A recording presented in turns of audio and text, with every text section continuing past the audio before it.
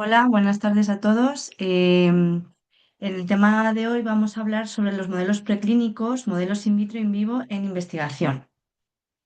Bueno, como siempre, pues nada, haremos una breve introducción sobre el tema y luego nos vamos a centrar principalmente en hablar sobre los modelos in vitro y modelos in vivo. Quería empezar la clase de hoy recordando esta diapositiva, estos conceptos que estuvimos hablando de ellos hace dos clases, en el que comentábamos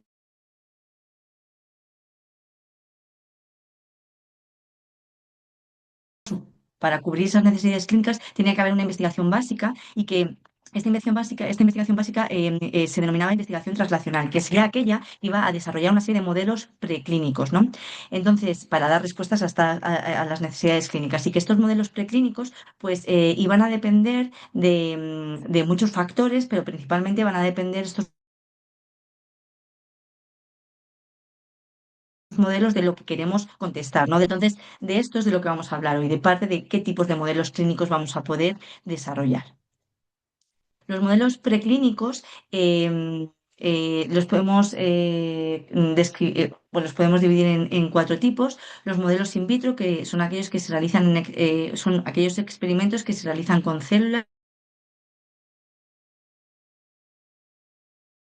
tejidos o moléculas. Y luego están los modelos in vivo, en el que los experimentos se realizan en organismos vivos, como animales o humanos, ¿vale? Y van a permitir estudiar las condiciones biológicas en las que ocurre un fenómeno concreto, ¿vale? Pero, por contra, no va a controlar todos los parámetros del experimento.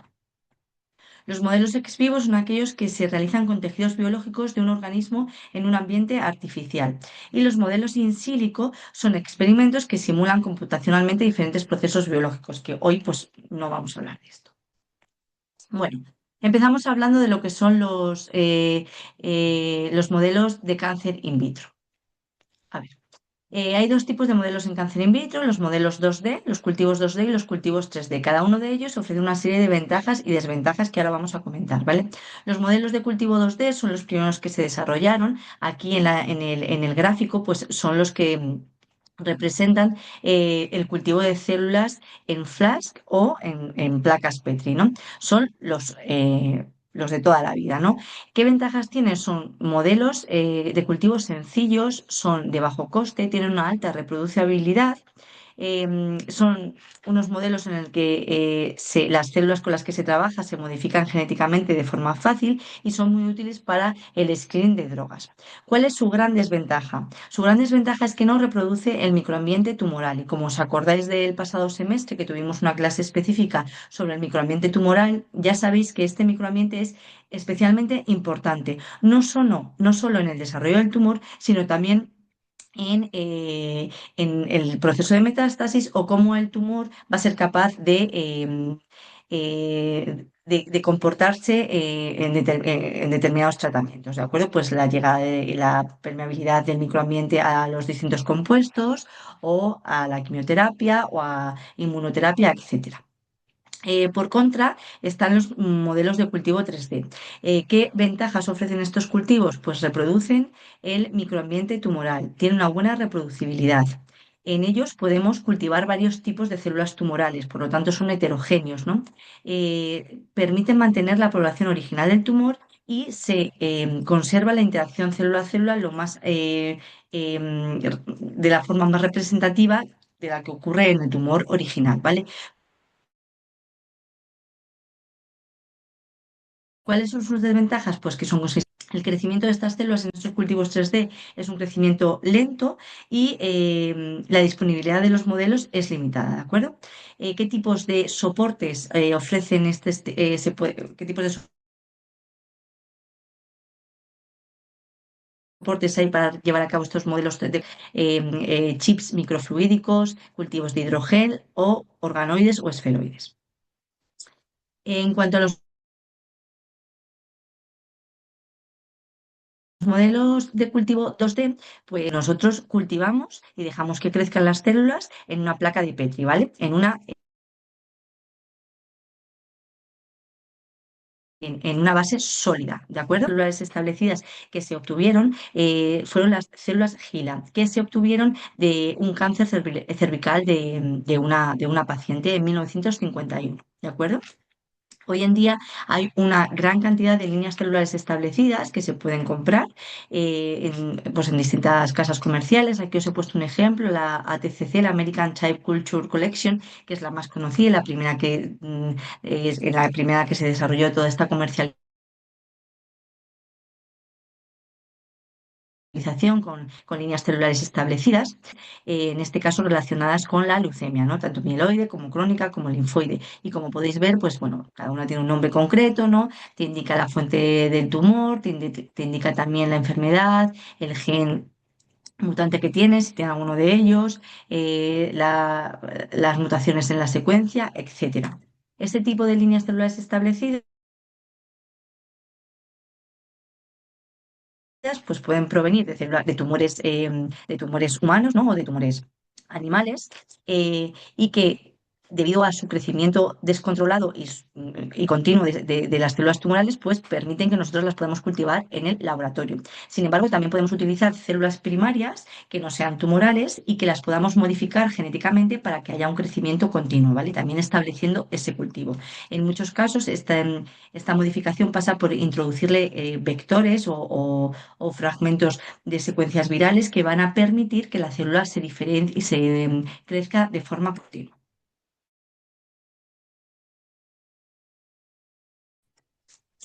En cuanto a los modelos 2D, también vamos a hablar aquí de una serie de características que tienen, entre ellas los factores solubles dentro del medio difunden de forma libre, es decir, que no existen, están totalmente expuestas a la interfaz las células están continuamente expuestas a la interfaz del líquido, ¿no? Del medio. Luego, además, la monocapa de las células pues, permite que estas células se expandan, ¿no? Existe una organización celular forzada y también una polaridad forzada que no es la real que ocurre en el tumor, ¿no?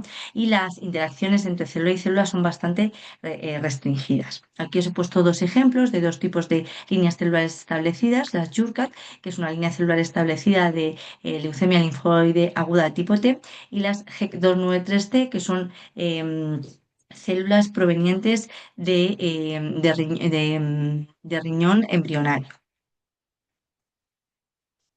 Bueno, como acabamos de ver, como acabo de comentar, el microambiente tumoral es muy importante para el propio desarrollo del tumor. Entonces, hay que tener en cuenta qué componentes están presentes en este microambiente tumoral a la hora de desarrollar estos cultivos 3D, ¿no? En el que hemos dicho que sí que son capaces de mimetizar o de tener en cuenta estos factores importantes del microambiente tumoral. Solo por recordarlo, dentro de los elementos que forman este microambiente tumoral, vamos a tener elementos tanto celulares como elementos no celulares. Dentro de los elementos celulares, el microambiente tumoral está formado por células del sistema inmune, pero también por células estromales, como son los fibroblastos, son células endoteliales, células mesenquimales, etcétera, ¿vale? Y dentro de la parte no celular, pues es muy importante hablar de la matriz extracelular, de vasos sanguíneos y también de determinados compuestos como quimioquinas, citoquinas, etcétera. Si comparamos lo que es un modelo de cultivo 3D con un modelo de cultivo 2D, podemos describir algunas características diferentes, como ya hemos comentado antes, ¿no? Lo primero que aquí en esta imagen se describe es que los factores solubles sí que se pueden sí que se distribuyen en un gradiente de concentración dentro del cultivo 3D, ¿vale? La matriz extracelular va a restringir la expansión de las células en el propio cultivo, a diferencia de lo que ocurría en el cultivo 2D, en el que el soporte plano permitía una expansión descontrolada, por decirlo de alguna forma, ¿no? Las células van a ser capaces de adherirse a la matriz extracelular por uniones con integrinas, ¿vale? Todas estas células van a estar embebidas dentro de la propia matriz extracelular, ¿de acuerdo? No están directamente, o sea, la superficie celular no contacta directa con el medio y sí que se va a permitir que ocurran las interacciones célula-célula de forma más parecida a lo que ocurre en los tejidos normales. Vamos ahora a hablar de los distintos tipos de modelos de cultivo 3D, ¿de acuerdo? El primero de ellos y el más sencillo son los esferoides. ¿En qué consisten estos modelos de cultivo? Bueno, pues consiste en que el cultivo se constituye por medio de la formación de clústeres celulares. ¿Qué significa esto? Que nosotros vamos a cultivar las células que pueden ser eh, de un único tipo, por ejemplo, un único tipo celular, o también las podemos combinar con células de la matriz del microambiente tumoral, como por ejemplo son aquí los fibroblastos asociados a las células cancerígenas, ¿vale? Y estas células van a formar agregados, ¿vale? Estos agregados, una vez que están maduros, se formará el esferoide, ¿de acuerdo? Y en estos esferoides, además de las células tumorales que nos interesa estudiar y células de la matriz extracelular, también pueden ser heterogéneos en el sentido de que podemos incluir células del sistema inmune que nos interese en nuestro modelo, ¿de acuerdo? Entonces, como acabamos de ver, estos esferoides se pueden caracterizar por ser heterogéneos en cuanto al tipo de células que lo componen.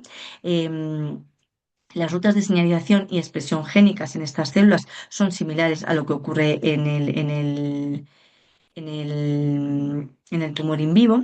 Existen interacciones entre la célula y célula matriz extracelular. Existe también un crecimiento espacial, es decir, que las células van creciendo en base a capas, ¿de acuerdo? Y este crecimiento espacial va a determinar que en el centro del esferoide sí que haya una menor concentración de nutrientes y oxígeno. Y por lo tanto, estos esferoides son bastante recomendados y muy buenos para estudiar modelos de hipoxia o estudiar justamente la hipoxia en distintos modelos tumorales, ¿de acuerdo? Y también otra de las características es que el propio esferoide pierde la polaridad celular. El siguiente tipo de cultivo 3D, que es un poquito más complejo, son los organoides. En este caso, estos organoides derivan de una única célula progenitora, ¿vale? Tienen capacidad de diferenciación, autorrenovación y autoorganización y mimetizan la estructura y función de los órganos. Al igual que ocurría con los esferoides, en este caso también hay una heterogeneidad celular, hay pérdida de vascularización y estroma, y una de las desventajas que tiene es que es bastante costoso. ¿Por qué? Pues porque se necesita una gran contribución de un montón de factores para que se establezca adecuadamente el cultivo. Aquí en el ejemplo que os he puesto, pues como veis, lo primero que se genera, ¿no? Es una matriz extracelular en el cual está embebido todas las células que queremos estudiar, ¿no? Y estas células y esta matriz extracelular se insertan en un pocillo donde está cubierto de medio, ¿vale? A este medio le vamos a ir añadiendo factores de crecimiento y otros estímulos para que estas células empiecen a diferenciarse y empiecen bueno, pues a estar como vivas, ¿no? De tal manera que van a permitir la organización, o sea, la formación del organoide simulando el órgano de donde provenía, ¿de acuerdo? Y aquí veis como una foto de una disposición de estos tipos de células en el propio organoide, en el que, parecido a lo que era antes el esferoide, pues las células tumorales van a estar en medio y luego las fibras de la matriz extracelular y células inmunes o células estromales van a rodear a este organoide.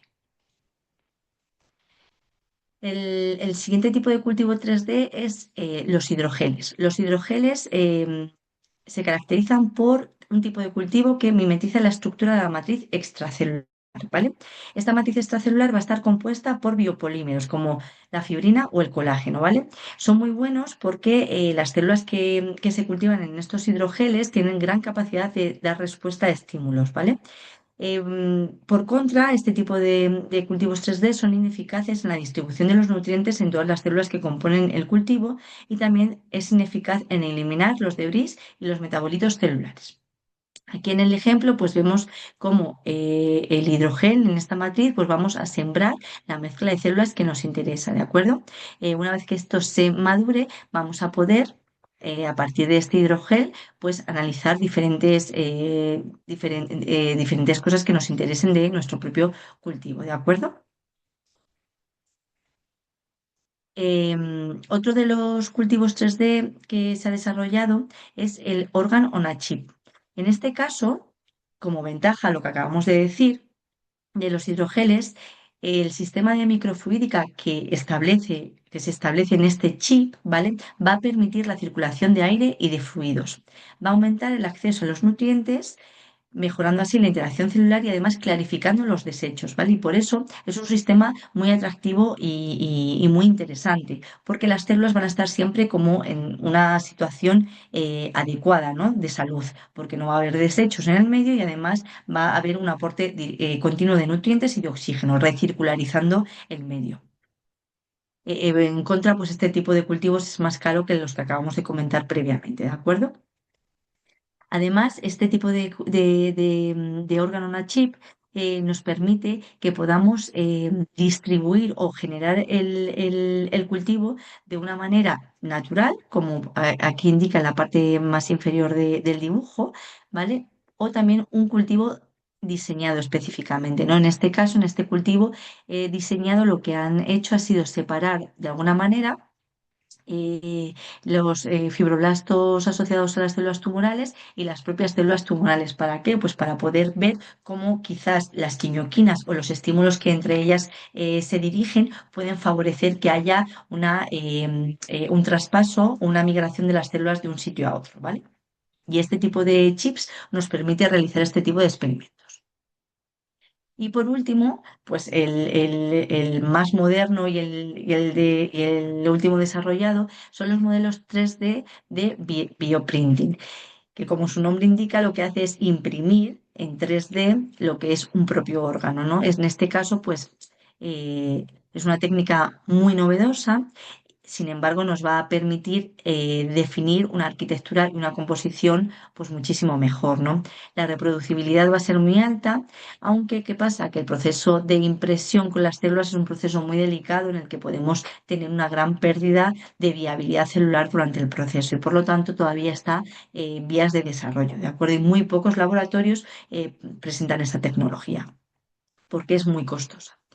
Y bueno, pues de alguna, pues lo mismo que de lo que hemos estado hablando ahora, pues vamos a el material inicial, ¿no? De origen para imprimir, pues eran células, tanto células tumorales como células estromales, eh, como células inmunes. Además, le podremos añadir los scaffolds y la matriz de hidrogel y podremos pues probar distintas drogas y podremos imprimir todo lo que queramos siempre y cuando pues tengamos esta tecnología pues puesta a punto, ¿de acuerdo? Aquí os he puesto una tabla en la que se habla de la comparativa un poquito a nivel más profundo de los dos tipos de cultivos, los 2D y los 3D, pues desde el punto de vista morfológico, como desde el punto de vista de la expresión génica de las células que cultivamos, ¿no? En el caso de los cultivos 2D, pues la adhesión celular, la proliferación, incluso la expresión de genes relacionados con la supervivencia, pues a veces son modificados porque es un sistema bastante superficial, por decirlo de alguna manera. Sin embargo, en un cultivo 3D, pues ya solamente la interacción celular y cómo están embebidas y cómo los nutrientes llegan a esas células, como es diferente, eso va a afectar directamente a la expresión génica, ¿vale? También las interacciones hemos dicho que son muy importantes y son claramente distintas entre un modelo 2D, donde están deprivadas de unas interacciones de forma natural, pero que sí que las tenemos en modelos de 3D. La heterogeneidad tumoral también en un modelo 2D es muy básica, sin embargo, en un modelo 3D vamos a podernos aproximar mejor a lo que realmente conforma la heterogeneidad tumoral, ¿de acuerdo? La respuesta a los estímulos en un modelo 2D pues es menos precisa que en un modelo 3D. La reproducibilidad es verdad que en un modelo 2D es muy alta, ¿de acuerdo? Y en el modelo 3D pues la reproducibilidad es un poquito más limitada. Los resultados o la interpretación de resultados obtenidos a partir de modelos 2D es mucho más fácil que a partir de los modelos 3D, pero por lo contra, pues un modelo 2D o al revés, un modelo 3D es muchísimo más caro y más complejo que los modelos 2D. Entonces, bueno, pues dependiendo de las disponibilidades que tengamos y de las facilidades técnicas que tengamos en el laboratorio, podremos elegir un tipo u otro. Pero hoy en día todavía el 66% de los laboratorios utilizan como primera forma de cultivo los cultivos 2D. El 9,9% de los laboratorios utilizan cultivos 3D y en torno a un 21% utilizan más de un tipo de cultivos para sus experimentos. Además, las técnicas utilizadas para analizar modelos in vitro, pues casi todas ellas, pues la ensayos de viabilidad, la ciclometría de flujo, microscopía óptica, qPCRs, inmunoblots, principalmente son técnicas que se utilizan para analizar células que provienen de cultivos 2D más que cultivos 3D. Y aquí también en la gráfica número B, la gráfica B, pues la proliferación, el screen de drogas, la angiogénesis, el cellular uptake, las respuestas inmunes, la manipulación genética, pues como podéis ver, tiene mayor proporción, se han analizado en mayor proporción a partir de cultivos 2D que a partir de otro tipo de cultivos, ¿de acuerdo? Así que todavía, aunque sabemos de sus limitaciones y que eh, la emulación de lo que sucede realmente en un tumor sería mejor utilizar un cultivo 3D, pues los cultivos 2D también nos dan con sus limitaciones, pues aspectos importantes a tener en cuenta para el análisis de determinados tumores. Bueno, vamos a pasar a la siguiente parte de la clase en la que vamos a hablar de modelos animales en cáncer, ¿vale? Bueno, esta diapositiva es solamente pues para mostrar que los modelos animales han sido utilizados ya desde mediados del siglo XIX, ¿no? Y que a lo largo de los años pues, se han ido perfeccionando y cada vez más animales se han ido utilizando para el estudio del cáncer.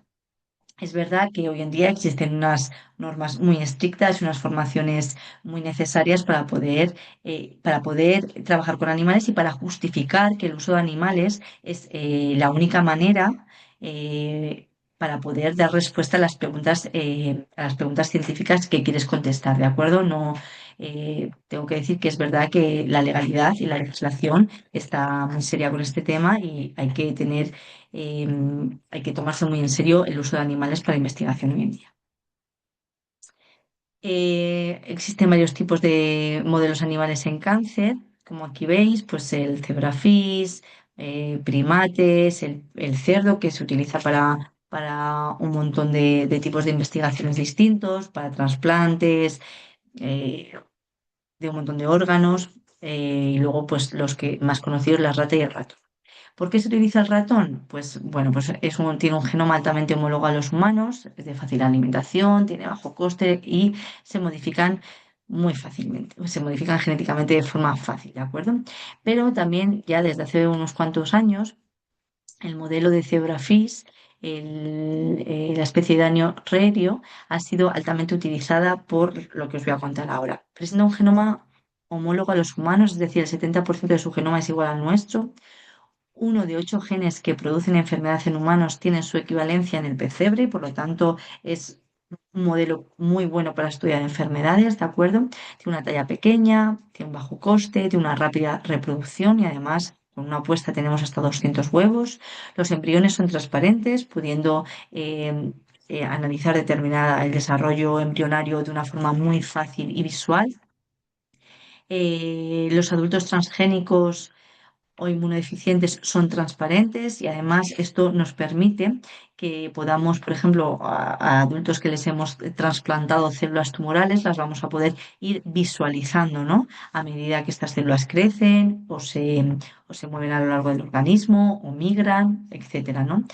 Son también unos animales de fácil modificación genética y presentan un desarrollo muy rápido. Entonces, en 3 días vamos a poder tener incluso resultados. Los modelos murinos, que serán en los que me voy a centrar lo que queda de clase, podemos dividirlos principalmente en 3 tipos. Aquellos modelos que están inducidos químicamente, a modelos de trasplantes de tumores, que a su vez podemos dividirlos en modelos singénicos o modelos de senotrasplantes, y los modelos que están, bueno, modelos genéticamente modificados, ¿vale? Y vamos a ir viendo todos estos poco a poco. Bueno, los modelos que se inducen químicamente. Pues como su nombre indica, el tumor en el ratón se induce por carcinógenos químicos o toxinas biológicas. ¿Qué ventajas ofrecen este tipo de modelos? Pues van a reflejar el desarrollo espontáneo del cáncer humano desde el inicio del proceso de carcinogénesis, ¿no? Y además se desarrolla en un modelo de ratón que es inmunocompetente. no le hemos quitado el sistema inmune, ¿no? ¿Cuáles son las desventajas? Pues que es, es muy lento, puede llevar hasta 30 o 50 semanas para que se forme el tumor y además promueve severos daños en el ADN. Con lo cual, pues podemos ver quizás determinados fenotipos, no solamente lo que nos interesaba, sino asociado a daño en ADN que nosotros no controlamos, de otros sitios del ratón o en otros genes pues que no son de nuestro interés. El segundo tipo de modelo de ratón son los ratones modificados genéticamente. En este caso, los tumores se inducen en el ratón por la expresión de oncogenes o por la inhibición de los genes supresores de tumores, ¿no? Y esta modificación en los oncogenes o en los genes supresores de tumores, pues se realizará, ¿no? Si queremos que el ratón lo tenga en línea germinal, pues se realiza desde el embrión en la línea germinal o también podemos hacerlo por medio de unos sistemas de inducción. ¿Esto qué significa? Que lo que queremos, o sea, la modificación genética que queremos generar, la vamos a controlar. ¿La vamos a controlar en qué sentido? Pues la vamos a controlar en el sentido de que aparezca solo a partir de un momento determinado de la vida del animal, o bien que esta modificación genética o este gen en concreto se exprese cuando, por ejemplo, se expresa un promotor que está asociado a un tipo de linaje celular o asociado a otro tipo de situaciones, ¿de acuerdo? Entonces, controlo cuando lo que quiero inducir en el ratón se va a expresar, ¿vale? ¿Qué ventajas tiene? Pues es autóctono y además no le estás metiendo nada, lo modificas al mismo y además los ratones son inmunocompetentes, ¿de acuerdo? Y esto es muy importante porque así se genera un tumor y tiene el propio sistema inmune, vamos a poder estudiar el papel que puede desempeñar en el control tumoral, ¿de acuerdo? ¿Qué desventajas tienen este tipo de modelos? Pues que no recapitula las diferentes etapas de la tumorogénesis y el periodo de latencia es largo. Por ejemplo, un ratón knockout para el P53 tarda 7 meses en desarrollar el cáncer, ¿de acuerdo? Entonces, bueno, pues los tiempos son largos para los experimentos. Si hablamos ahora de los modelos de trasplante de tumores, antes de empezar a hablar de los distintos subtipos que hay, vamos a hacer una revisión de algunos de alguna terminología, ¿vale? Según la especie donadora o receptora, los trasplantes pueden ser singénicos, ¿vale? O allotrasplante, que define que la transferencia celular ocurre entre individuos genéticamente idénticos, ¿vale? También podemos llevar a cabo sinotrasplantes o heterotrasplantes, en el que la transferencia de células ocurre entre individuos de especies diferentes. Según el sistema inmune del receptor, ¿vale? Podemos tener modelos inmunodeficientes, en el que el sistema inmune no es funcional o es muy poco funcional, o podemos tener modelos inmunocompetentes, en el que el sistema inmune es funcional, ¿no? Esto nos interesa bastante, pero a veces no se puede, dependiendo de lo que queramos hacer, no podemos utilizar un sistema inmunocompetente. Y también, según la localización del trasplante, este trasplante va a poder denominarse subcutáneo cuando las células o los órganos se transfieren debajo de la piel, o va a denominarse ortotópico cuando las células o los órganos se transfieren en el mismo lugar en el que se localiza de forma normal el tumor en el organismo, ¿vale? Bueno, pues dicho esto, vamos a empezar con el primer tipo de modelos de trasplante de tumor, que son los modelos de ratón singénico. ¿Vale? Singénico porque lo que se van a trasplantar son líneas celulares de cáncer, líneas celulares tumorales de ratón a otro ratón. Entonces, las células que se trasplantan son de la misma especie del receptor, ¿de acuerdo? Como acabamos de decir, este trasplante puede ser subcutáneo u ortotópico, ¿no? En el lugar donde normalmente crece ese tumor. Y será en un ratón o sea, en el ratón que es de la misma especie que las células que se están trasplantando. ¿Qué ventajas tiene? Pues son modelos fáciles de establecer, son modelos inmunocompetentes. ¿Por qué? Pues porque me lo permiten, si yo le estoy metiendo el mismo tipo de células de la misma especie, no va a haber un rechazo, con lo cual puedo permitir que el ratón tenga su sistema inmune, ¿no? Y los experimentos son bastante reproducibles. Las desventajas de este tipo de modelo es que vamos a alterar quizás el inmunofenotipo y la adquisición de mutaciones en las células que cultivamos, porque las células que se cultivan in vitro pues van a requerir una serie de pases, ¿no? Las células se dividen y las paso, se dividen y las paso. Y cada vez que una célula se divide, tienen la probabilidad de ir adquiriendo mutaciones y si no son reparadas se van a perpetuar en el ADN. Y eso va a hacer que a lo mejor el inmunofenotipo de las células que estoy cultivando pues cambie, ¿no? O adquieran mutaciones que luego yo, sin saberlo, las introduzco a mi ratón de estudio. Entonces es una variable que yo no estoy teniendo en cuenta. También otra de las desventajas es la pérdida de heterogenicidad genómica y epigenética. ¿Por qué? Pues porque todas las células provienen de un mismo clon, entonces son subclones, ¿no? Y los resultados son inconsistentes con el humano, porque todo es en el microambiente o en el ecosistema del propio ratón.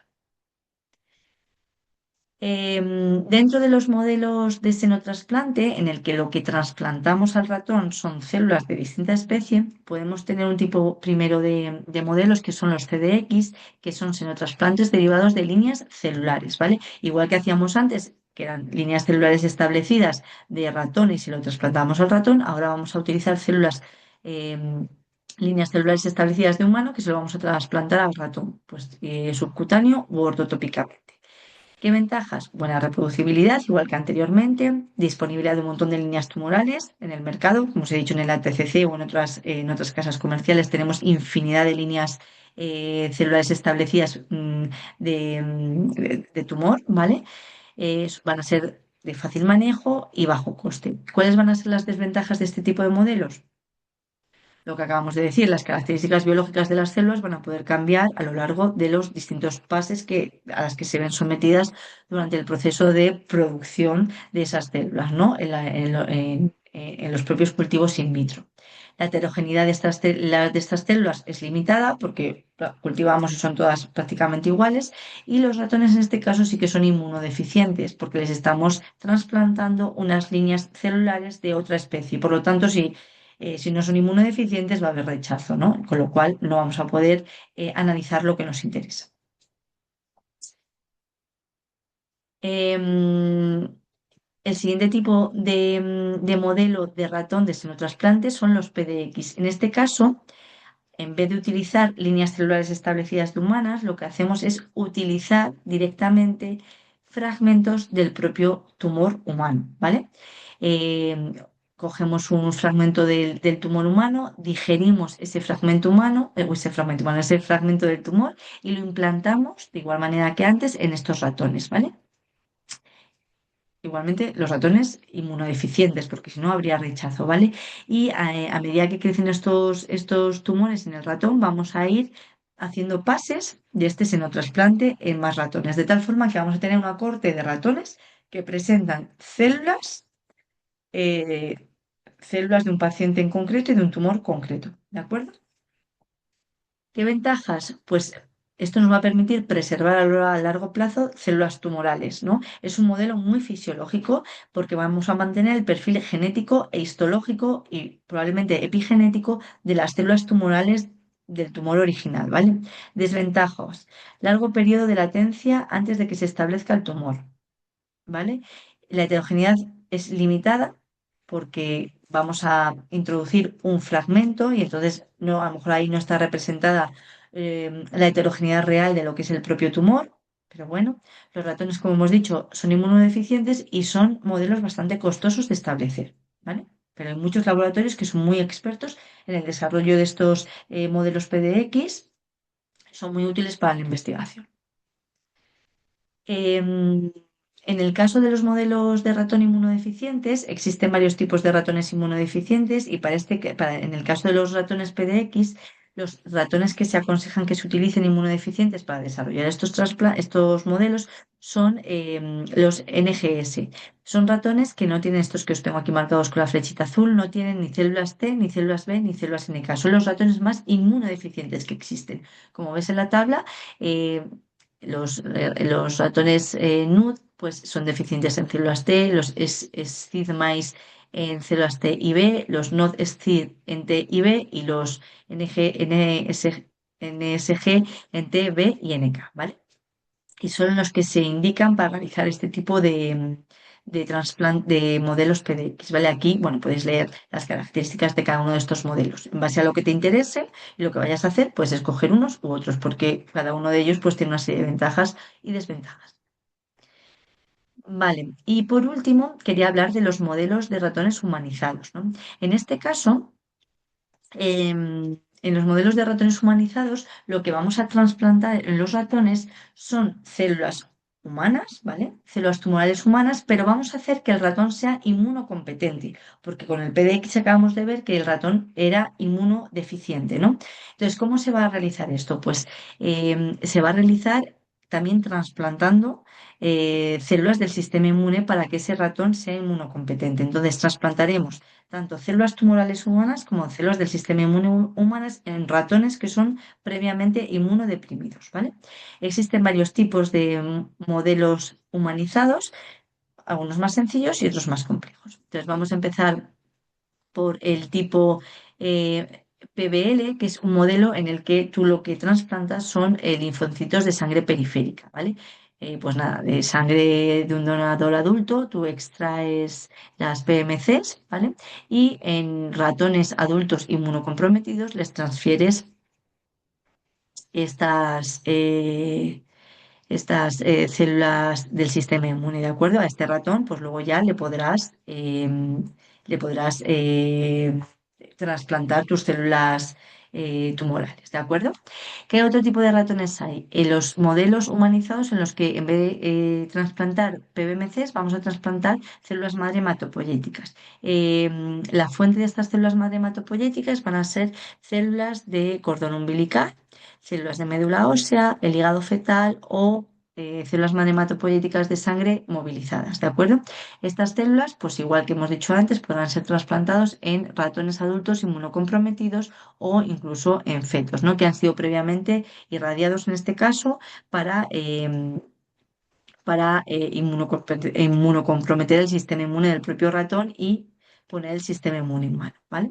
Un modelo que ya es más complejo es el modelo BLT, en el que lo que trasplantamos es células del sistema, o sea, no, fragmentos del timo fetal y del hígado fetal, ¿vale? Son fragmentos que se los pinchan en la cápsula suprarrenal del propio ratón previamente inmunocomprometido, ¿de acuerdo? Y luego a este ratón pues se le puede también meter las células madre hematopoyéticas autólogas del propio individuo.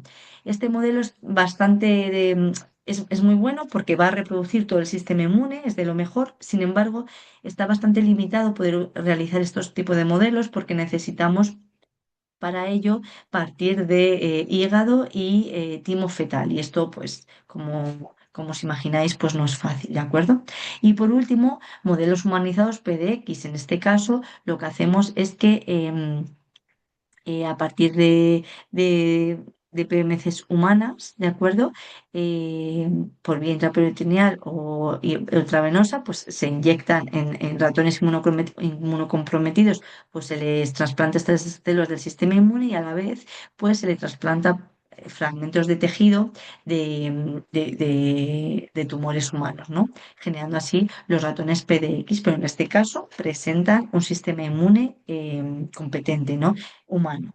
Siempre el de ratón está comprometido, pero generamos en estos modelos de ratón humanizados un sistema inmune humano que nos va a permitir luego estudiar nuestros tumores humanos en el contexto de un sistema inmune humano, pero en un órgano vivo, en un organismo vivo. Mira, aquí en esta diapositiva, pues os he puesto un ejemplo bastante gráfico de cómo puede ser un ensayo preclínico en vivo, ¿no?